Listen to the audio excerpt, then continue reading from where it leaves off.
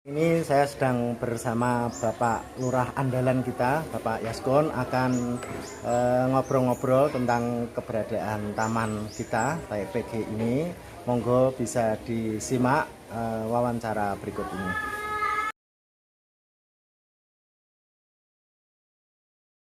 Ini bagaimana ini, Pak? Jadi insya Allah dalam waktu dekat di SOP itu kan ada 50% untuk pengembangan. Jadi yang 50% itu terus kita jalan untuk kita lakukan pengembangan. Yang ada di utara itu rencananya jadi kita akan membuat kolam renang, ada kolam BBBBN itu. Ya. Dan menuju nanti di taman yang kedua, di jembatan menuju ke taman yang kedua. Ya. Itu progres yang akan kita lakukan dalam jangka dekat ini. Kalau luas yang sudah ada, kemudian rencananya pengembangan yang kedua. Luas wilayahnya sementara ini sekitar kalau nyampe ke Cekdam itu ada tiga hektaran lah. 3 hektar. Kalau ke depan kita milih panjang lahan ini ada 1 kilo itu kalau memang nanti dalam jangka panjang untuk pengembangannya ini. Pengembangan ke arah utara ya Pak Lurah ya. Ini kan kalau musim banjir nih gimana Pak Lurah menanggulangi agar tidak bisa Bicara masuk dengan banjir, ini kan sudah kita antisipasi dari awal.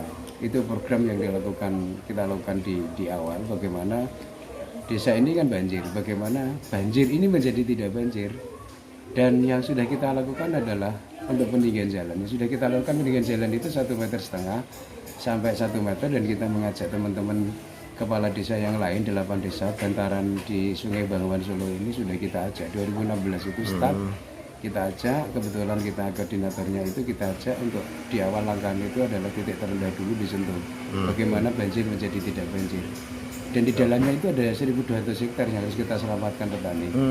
Jadi program yang harus kita sentuh di desa itu karena 80-90% itu adalah petani, dan memang yang harus kita tolong di awal.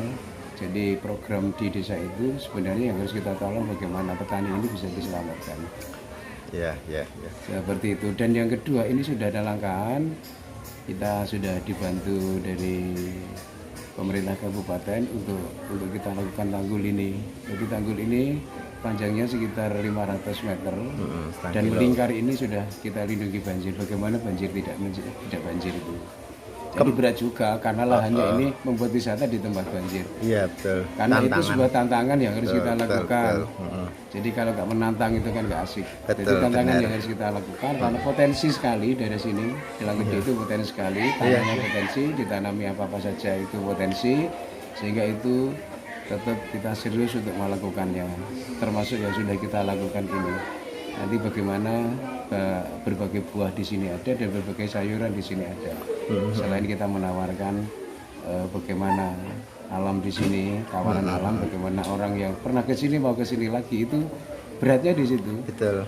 Hubungannya dengan rasa. Iya. Jadi, wisata itu harus bisa menciptakan rasa.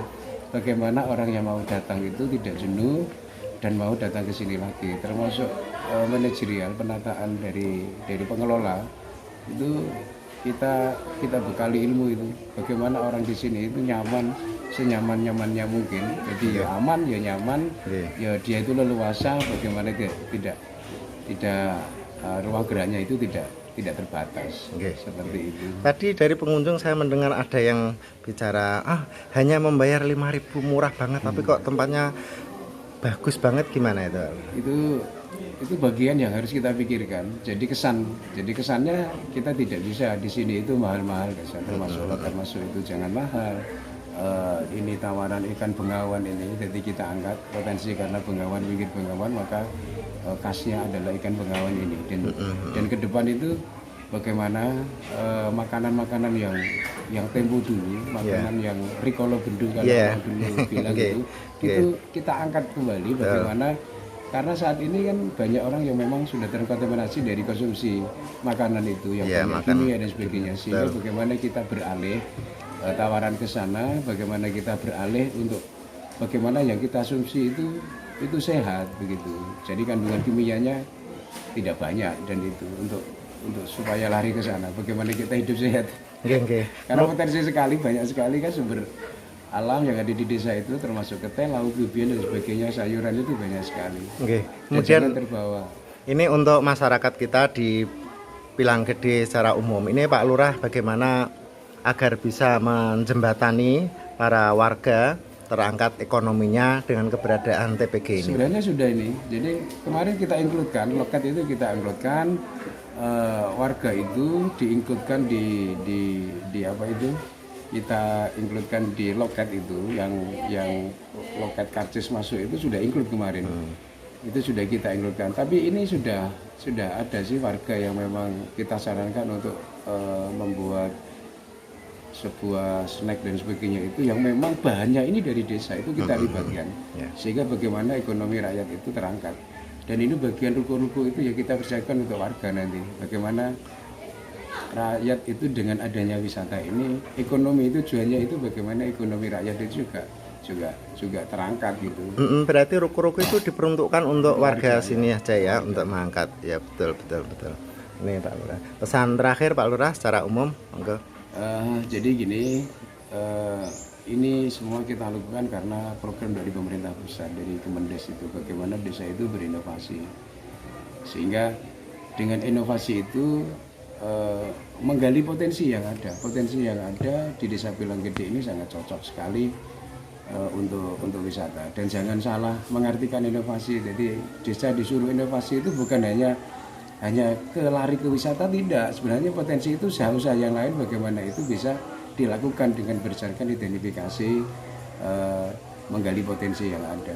Dan ini cocok kita lakukan untuk bagaimana dengan adanya wisata ini ekonomi rakyat juga meningkat. Dan selalu kita terus untuk melakukan beberapa hal terhadap bagaimana mengelola di manajemen dan manajernya supaya selalu meningkat. Seperti itu saya kira itu. Terima kasih Pak Lurah.